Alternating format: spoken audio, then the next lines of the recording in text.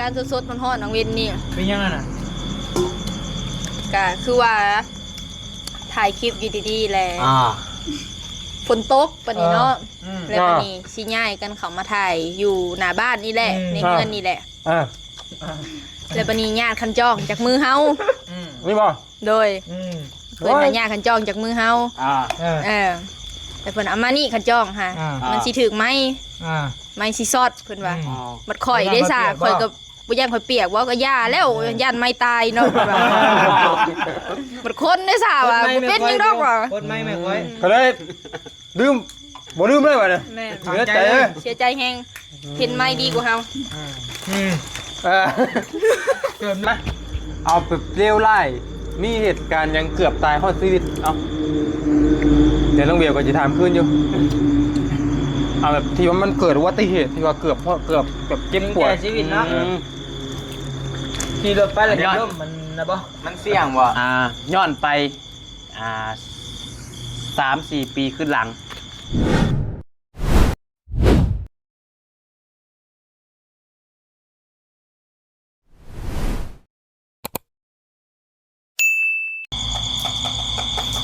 ตัวพี่น้องตัวคลิปห้าโมงคือว่าปากว่าวแท้แซ่บบอลเมกแซ่บปากไก่เนาะแซ่บบอลเมกลาไต้มีบ่น้องกันสิแล้วกล้ากระทำนี่กูแซ่บบอลนิ้วแซ่บกินอะไรแน่ตัวนะเป๊ะบาดเดียวเกือบล้มลงบังงังกี่เลยค่ะโอ้กี่การสู่เราตีคือย่านอยู่ดิกี่โอ้แนมหนาคือย่านไหน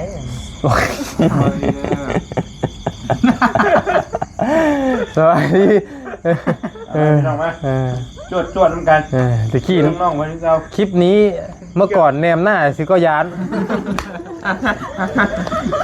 เมื่อก่อนมองหน้าก็ยานแล้วโอ้คำนี้เพื่อพี่เพื่อน้องเพื่อปากเพื่อเท่าเจ้าคือเก่าไปโบกรถครึ่งทหารวะไปเห็ดก็ได้เบ่งไงเท่าถือว่าจะไปเห็ดได้ปัดเลยรถเก่าโอ้ยปัดนี้อย่าไปสู้เขาเด้อนอนต้องให้เขากันมึงเถอะเขาที่เขาสุกชานบ่มึงเถอะเขาสุกชานไม่ต้องสู้กันนะพี่จ๊ะก็เราเราบังสมัยได้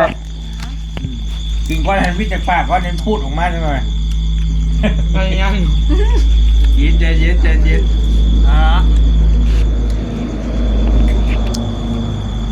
เว้นนี่แหละไม่ได้ใช้ปนแล้วมีไอ้คนหนึ่งกาเพิ่นไปปฏิบัติหน้าที่เพิ่นนั่นแหละนำเขาตั้งแต่ใช้ปนวะ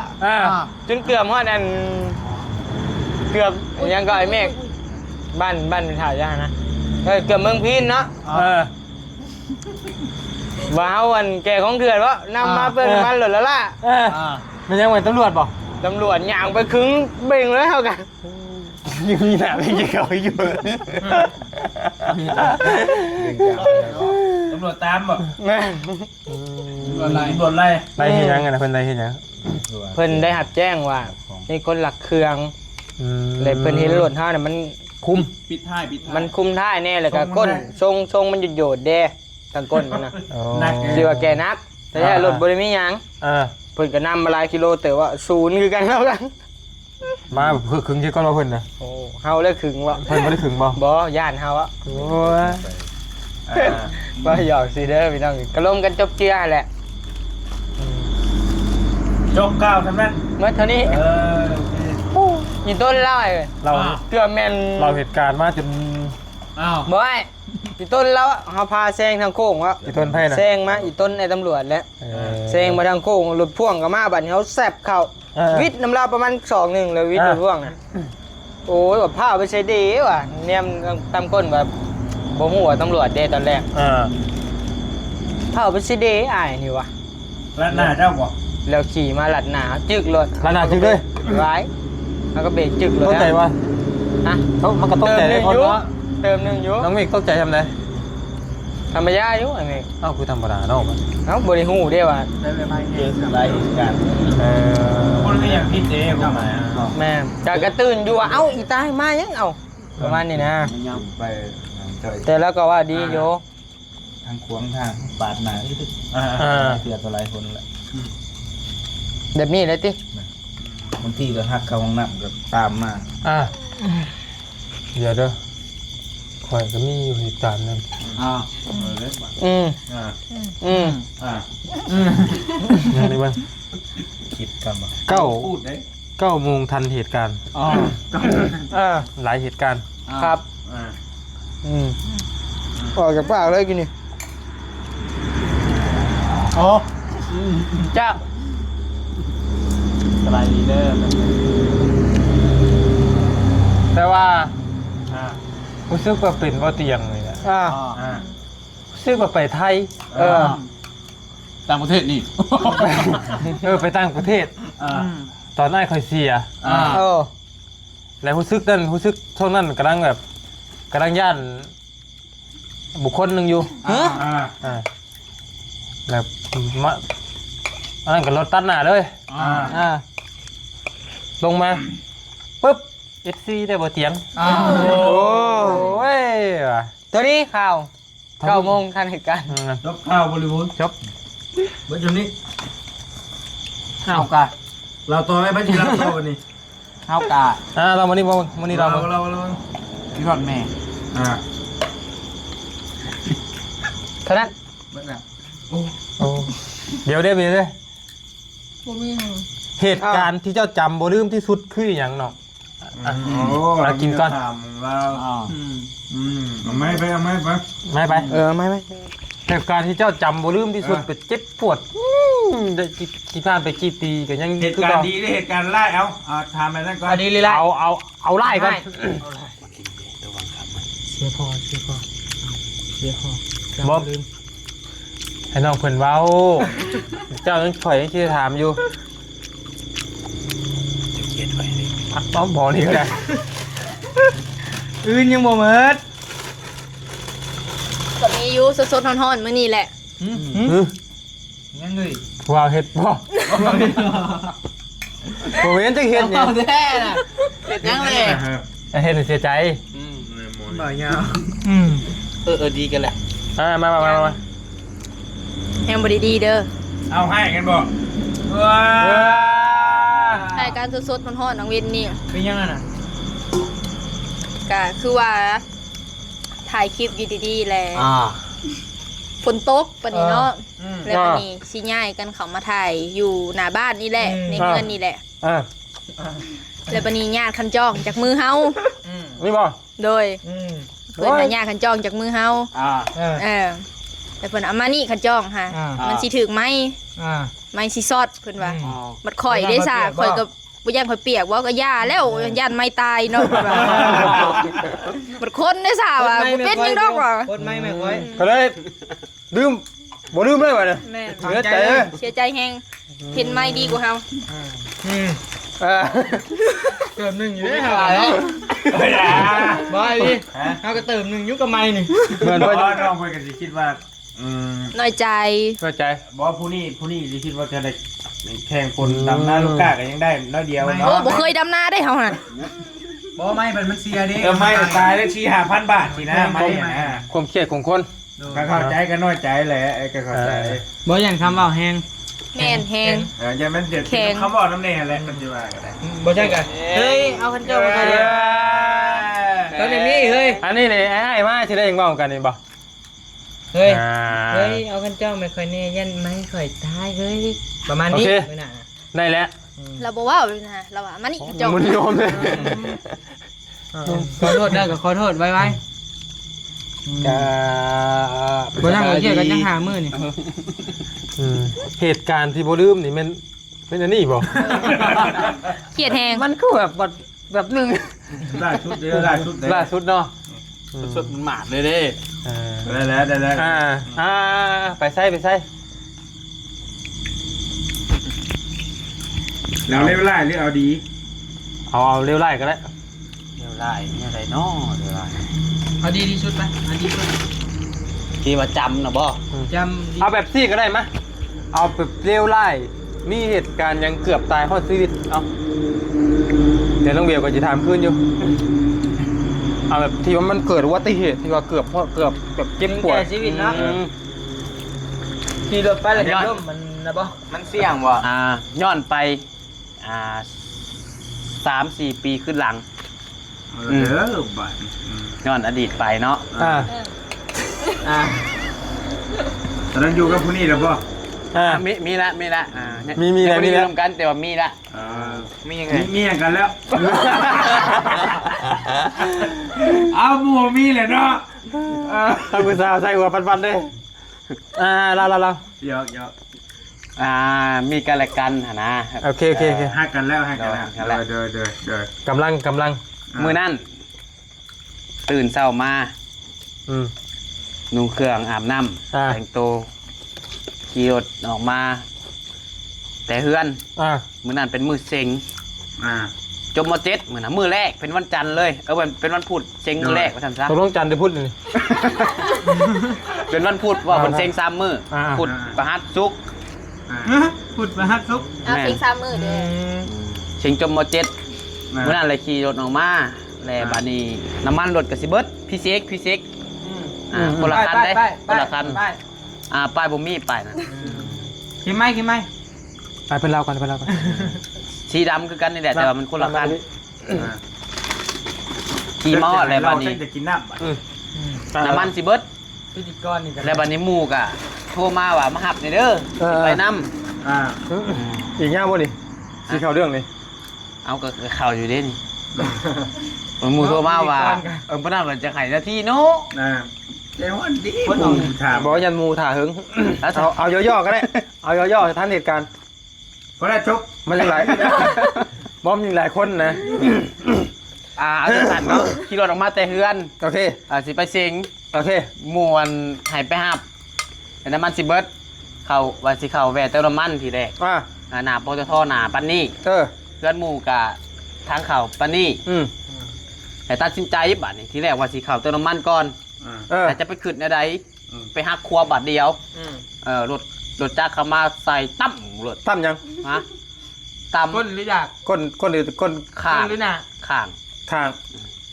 รถเขาว่าต่ำ น่ะเป็นแป้วเลยน่ะ เป็น กะ แบบ หูเมื่อขึ้นมาอีกวันหนึ่งกะยืนละ สรุปเลย ยืนเลย เอ้า ขึ้นไปได้เลย บอลเลยนี่ เอาหูเมื่อขึ้นมาอีกวันหนึ่งยืนเลย แบบใด แบบได้บอกกับ มึงบอก ใส่หมวกกระดอกมาตอนนั้น ใช่โอ้แต่งตัวปกติเห็นว่าเสือกะ สาว เสือกะรีดนะปุ๊บพอคะแนนมาถึงมือผู้ใดย่านแบบกลัวฮอนมีดส่งกับเสือบ อลนะบอลเรื่องเป็นเลยตายหรือบ่ตายตอนน่ะ ตายกันคือจะเว้นมานั่งอยู่นี้ ให้มาเอาตอนน่ะ บ่มีอันดับแรกโทรหาพ่อ ยังโทรอะไรอยู่เนี่ย เอายืนเลยเด้ ยืน กำลังงงเลยว่ะ งง นั่นแหละ ผู้ใดหมู่ขี่รถมาบอกแล้ว เมาวะ ฮะบ่ได้เมาบ่ได้หยังแล้วไปสิง แห่งเตรียมตัวหลอกค่ะ บ่เริ่มคึงสิตี้พิจิกรเลยนะ เรียน ผู้กรณีดิ ผู้กรณีก็เป็นทหาร ตายปะ โอ้มาดคนตบ เจ็บปะเพิ่นเจ็บปะ บ่เพิ่นทำบ่ได้ล่ม ยันตามไปจึกเลย และไฟเสียมัน เอ้าล่มบ่มันจึงบ่ได้ล่มอยู่ล่มแต่ว่ามันบ่ได้เจ็บปานใดรถเพิ่นน่ะก็แต่แบบรถเก่านี่ แต่เจ้าเป็นคนเสียเพิ่นบอก แม่นแปลงรถอะละ เพิ่นมาชนเจ้า แม่น ตัดหน้าดิ เฮาตัดหน้าเฮาที่แรกว่าสิไปใส่น้ำมันแล้วบัดนี้เฮาอยู่ทางกลางเลน เสีย แล้ ทาง วหักออกมาบัดเดียว18แสนกีบนี่แหละซักยาสิ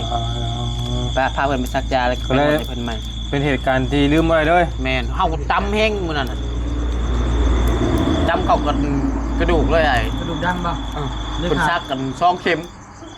เจ็บแห้งเฮาจำเฮาผู้ว่าจำเลยจำผู้ซักยาผู้ว่าซักยาให้เฮาหั่นเจ็บผู้กรณีอ่ะเฮาบ่ได้ซักอันบ่ได้จำดอก พอแล้วเนาะ บ่ดอก เงาเลยดิบ่นี่พอเอาพี่ดู เอาเพพอ บ่เอาพี่ก่อนเหตุการณ์ที่เจ็บปวดที่สุดในชีวิตอย่าบอกได้ว่าไอ้มาเกี่ยมาโบเลย โอ้ย ป่ะ หมู่กับจะบอกละ ว่าละก่อนว่าเป็นการงานตัวนี้ เป็นการเป็นงานป่ะ หมดแล้วบ่ เตะมันกำลังได้บ่หรือว่านั่นนี่ บ่คอยบ่ตัวนี้กินนี่นะ บ่แล้วคนหลงบอกก่อนเลย เบาเอาว้าวโอ้ยังหลายคนอยู่ดิ เอาแบบใดแบบ เอา ใด แบบกระชับรัด มาสั้นๆเด้ ทาง แล้วเหตุการณ์ไปได้แหละแบบ ให้ ให้สุด เกือบตาย เกือบตายวะ เกือบตายแต่ว่ารอดมาแล้ว บนรถตัดหน้าผู้สาวนะดิ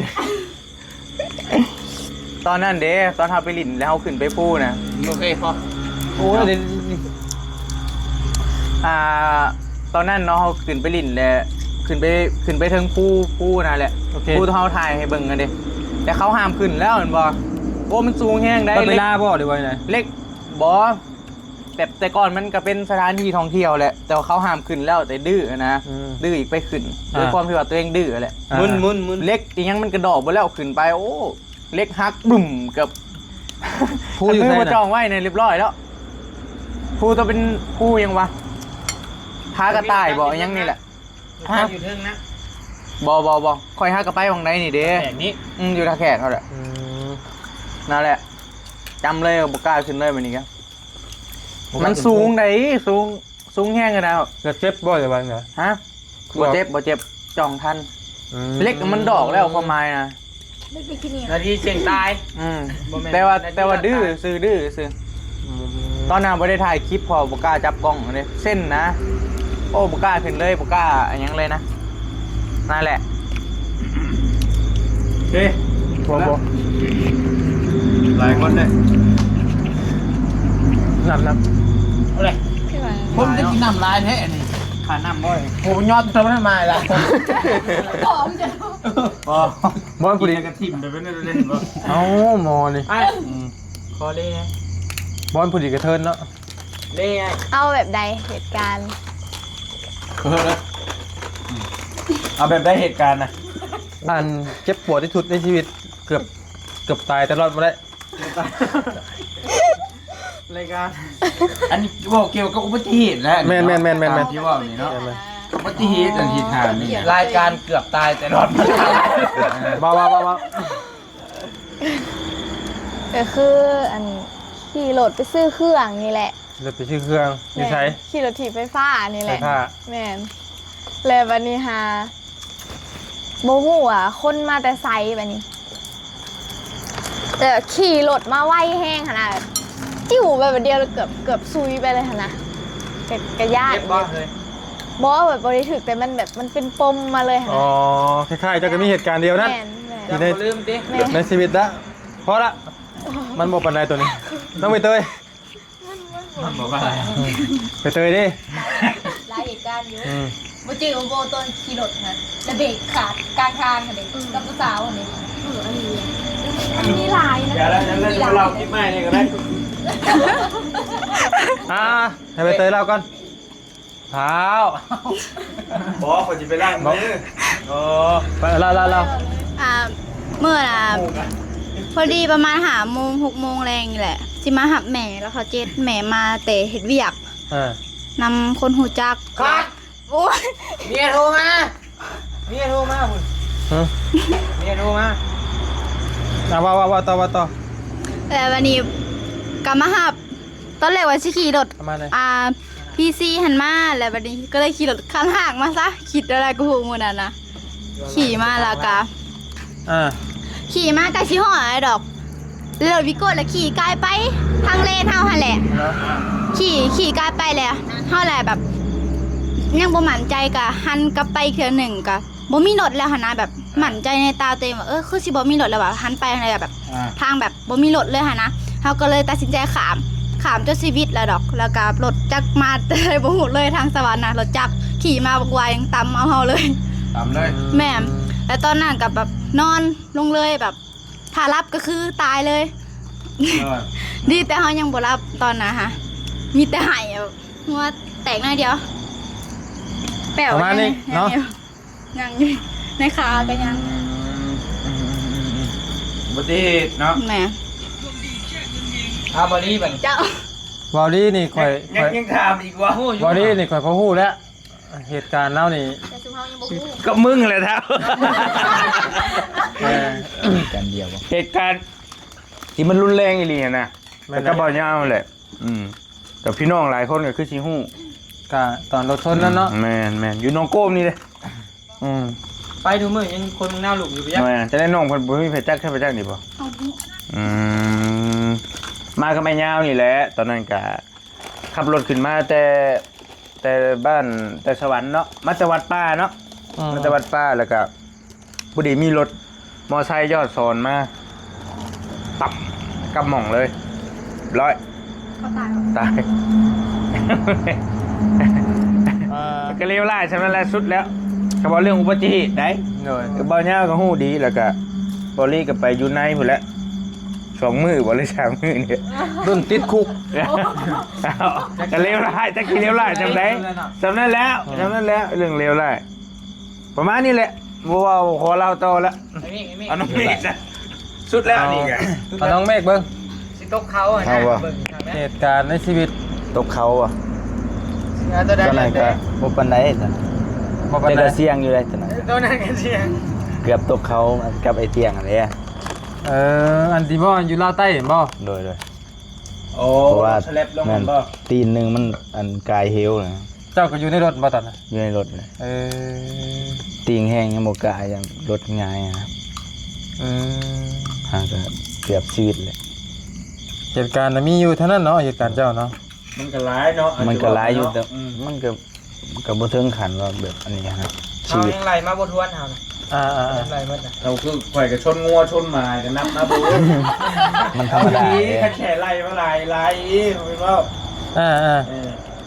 หลายแต่ว่ารถคันก่อนมันก็บ่แม่นคันนี้แบบเกือบชีวิตก็ประมาณนั้นแหละ ประมาณนั้นเนาะพี่น้องเอ้ย เจ้าเล่นแบบนี้ ฮะ เจ้าเบิ่ง ข่อยบ่ของข่อยเองบ่มันตัวไรมันก็หลายมันก็ให้เฮงมันมีอยู่ตกหวยหน้าจันดาโปเท่านึง ตกห้วย อ๋อคางเกือบแอกว่ะ แน่นหัวใจ เอามันเปะลงไปมันพูดถึงหน้ามันถึกมองกีดินโน้ตพังกีดินดากนะโดดน้ำหวยต้องการ กับเหือหน้าหัวเจ้าแหละนั่นแหละแล้วก็ หวยเนี่ยแต่มันไปถึงดินเหมือนกูลึกหน้า แล้วต่อมากับตกกงไม้สองมากกับตัว เอาตัวนั้น ตัวสิตายนี่นะ ตัวเอ็กกันนะตัวเอ็กกันนะ ตัวนั้นแหละตัวจิบทุดอ่ะเกือบตาย พอแล้วเอานิ้วใช่ป่ะนี่ นี่ว่า พ่อนิ้วกัน มีการละครั้งหนึ่งนานมาแล้วนะพี่น้องเนาะอยู่ที่ศูนย์กู้ภัยหลักเสา6นี่แหละใกล้ๆนี่แหละเนาะกาย้อนกลับไป5 ปีก่อน ป้าเพื่อขนาดปี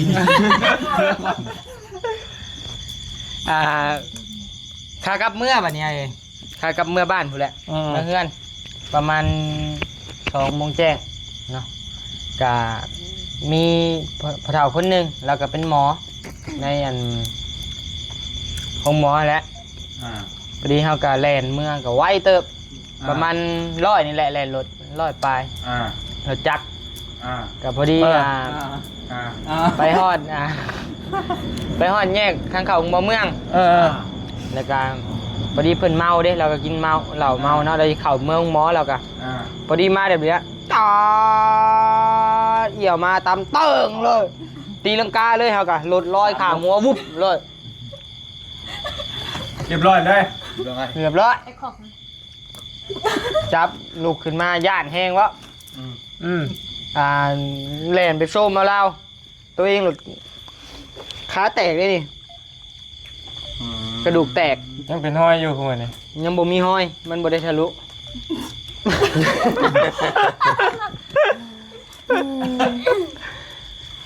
ยังไปโจมมาเราปฐมพยาบาลแล้วก่อนได้หัวเราแตกนี่ไปหาแพยังมาปฐมเราตัวเองอย่างเยกอยู่ว่าตัวเองใส่สุดกูภัยเด้ถ้าจะถิ่มมันไปเลยกับบ่ได้บาดนี่ ประมาณนั้นเนาะ จบข่าว กูไปซอยคนหรือซอยเองนี่เนาะ แล้วก็มีอีกอันหนึงให้ว่าเราก่อนไปซื้อมัน เรา ไปซื้อมัน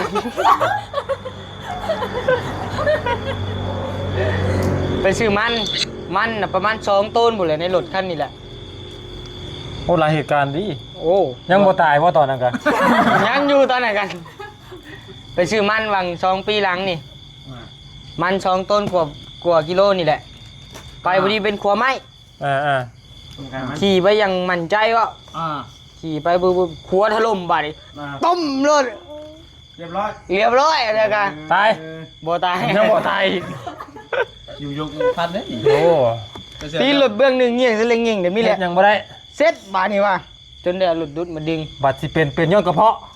บาดจ่ายจ้างกระเพาะ เอ โอ้ อย พี่น้องเลยจบข่าว เอาโอเคพี่น้องเอ้ยอยู่ดีไม่แห้ง เบิดเลยบ่ คืนนี้ก็ยืดยาวเลยจังหน่อยบ่มีหยังบ่ดีเอ้ยชั้นนี้แหละ กระบุมีอย่างกระบุมีมีคลิปเนาะ ไปอยู่ดีไม่แห้งเด้อพี่น้องเด้อพบกันใหม่ในคลิปหน้าสำหรับคลิ ดี ปนี้ ใจนำเด้อเนี่ย ลาไปก่อนแล้วบ๊ายบา สามห้า ย ดีใจนั้นไม่ได้เนาะ โดยใช้ปิดคลิปแล้วกินนี่ ใช่ของบริโยมบ่อยเนาะโอ้ย